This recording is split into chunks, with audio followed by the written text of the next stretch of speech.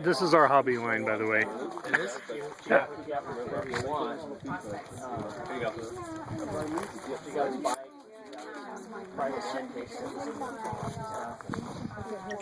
Right, and that's what I was going to do. Alright, this is a red wine. This is medium clear, day bright reflection. There's no evidence of gas or flocculation other than the pouring bubbles. Concentration of color is medium plus. Viscosity is high on the nose. The wine's clean. The wine's youthful, but showing a little bit of development. The primary fruits are developing into secondary characteristics. Fruits are black and red. There's like a blackberry, boysenberry, blackcurrant. There's a hint of raisination, like kind of almost like a dried white raisin kind of smell. Almost that kind of a cherry fruit, you know? Flowers of almost like a, you know, wet roses or wet violets. Wet kind of compost or wet potting soil, slight minerality. A little bit of a stemmy herbaceous character. It's almost like there wants to be pyrazine in the wine. There's a hint of greenness underneath, almost. Yeah, I would say there's a hint of like herbal kind of thyme and lavender, almost more like the stem bringing this kind of green.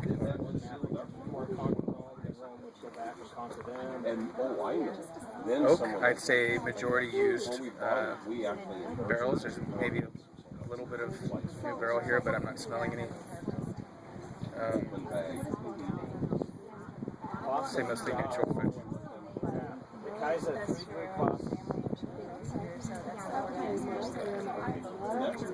Palate wine's dry. A lot of tannins coming through. Medium body. Actually, sorry.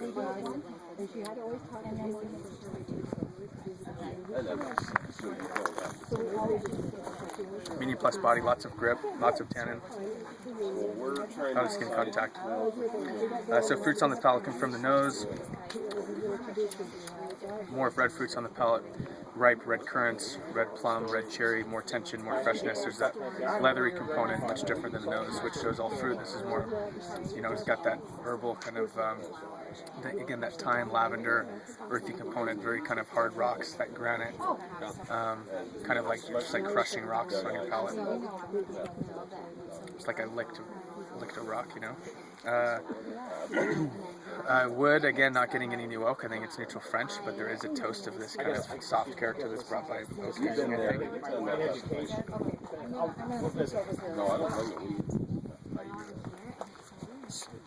Acid's a high medium plus. There's a lot of acidity on this wine, which creates a lot of freshness and makes you want to drink more.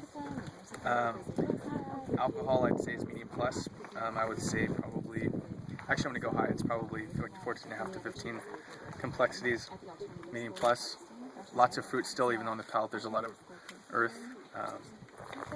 Length is medium plus. Wine's in balance, driven by fruit, but still has an earthy character. A lot of freshness and acid, which I like on the palate. Yeah, in conclusion, this is a New World wine from a warm climate. Possible grapes. You know, Cabernet Sauvignon comes to mind because of all of that kind of greenness, but the warm climate probably cooked out a lot of the pyrazine because I'm not really getting any. I think there's some age on it, even though there's a lot of purple and youthful color. It's that jammy characteristics kind of like morphed into maybe a 3 or 4 year old bottle, maybe even more, but it's hard to tell. Because I don't drink Idaho wines very much, or Walla Walla. I have no idea where it's from actually.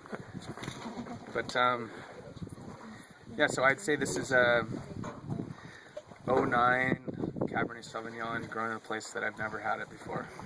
I would probably guess Idaho because I'm here. That was really good actually.